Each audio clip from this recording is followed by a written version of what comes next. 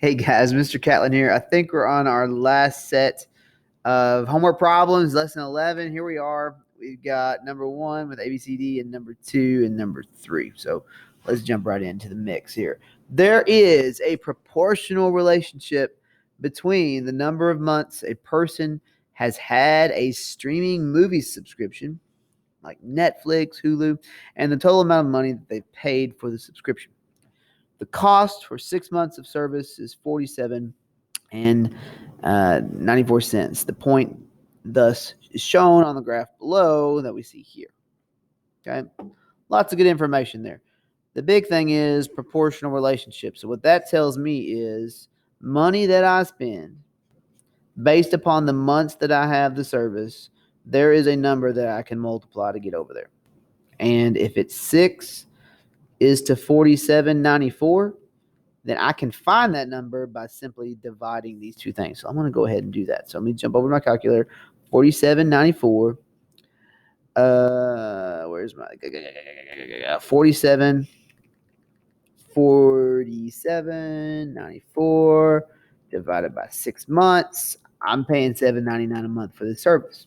Okay, so that's a little more expensive than like a Disney Plus or something like that. Maybe in the Hulu range. I don't know exactly. But anyway, let's go back here. We know that we're paying. It just went out of my head. I had it and then it went away. Was it $6.99? $7.99. Okay, $7.99. So there's our monthly rates. Also our constant of proportionality, our rate of change, all of these different things that it represents. And so if I have 1 month of service, I'm paying $7.99, right? We have all this information just from reading the opening paragraph. I haven't answered any questions yet. I bet I already answered some questions just by doing this work. What's our constant? Yeah, we've already done that. $7.99, easy peasy. What does the constant represent? What does it tell us about the situation? Yeah, I've kind of already answered that. It's the cost per month. Duh. Add at least 3 more points to the graph. Label them with their coordinates. Well, I already got 1 that I can add, 1 and $7.99, which would be like out here. Okay, and let's do another one.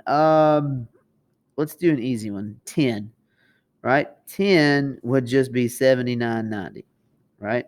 Which is really close to 80. So 10, here's 80, just below, right about there. And that would be 10, $79.90. A ka-chow. And this one was 1 for $7.99. So we've got 3 points on the graph. Check. We've added their points and labeled them. We're killing it right now. Now we got to write an equation, all right, that represents the relationship. We're going to call C cost. So we're going to call this over here C. And we're going to call M the number of months. So M's over here. And so we're multiplying M times $7.99.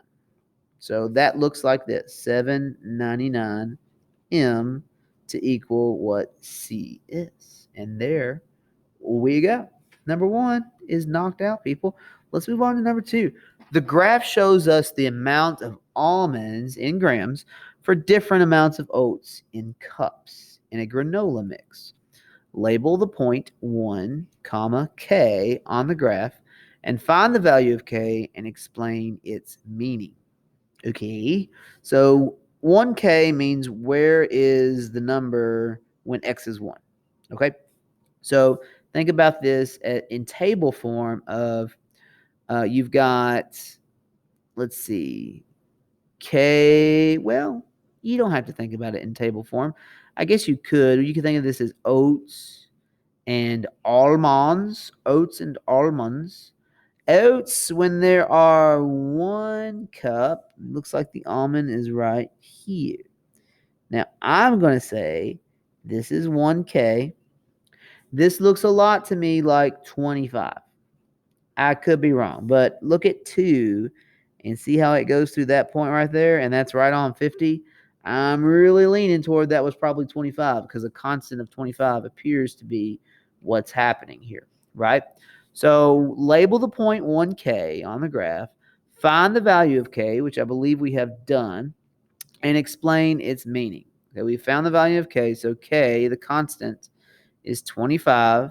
Okay, It means there are 25 almonds, 25 grams of almonds, 25 grams of almonds per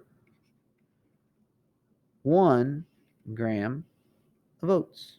That's what it means. It's your unit rate. Unit rate. Right? Per one. That's what the one's there for. 1 per K, or K per 1. Think of it that way.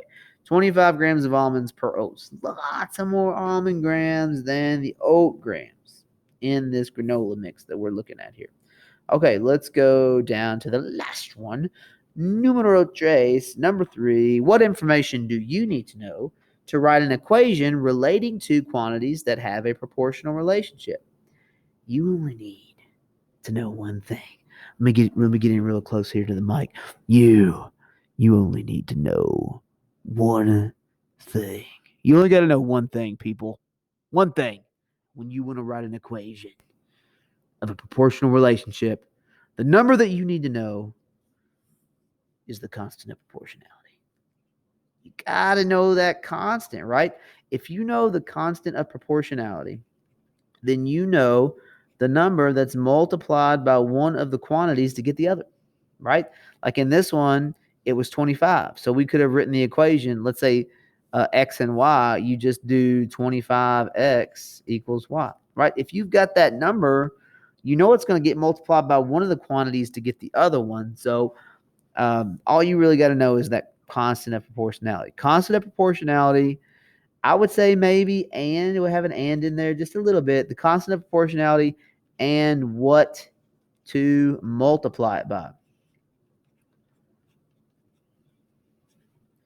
Say what letter to multiply it by. Really, that's all you need.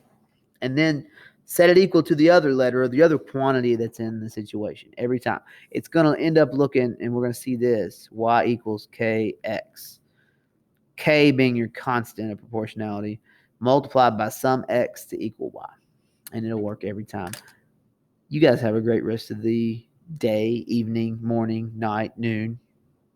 I don't know. Have a great one. See you guys soon. Hope this was helpful.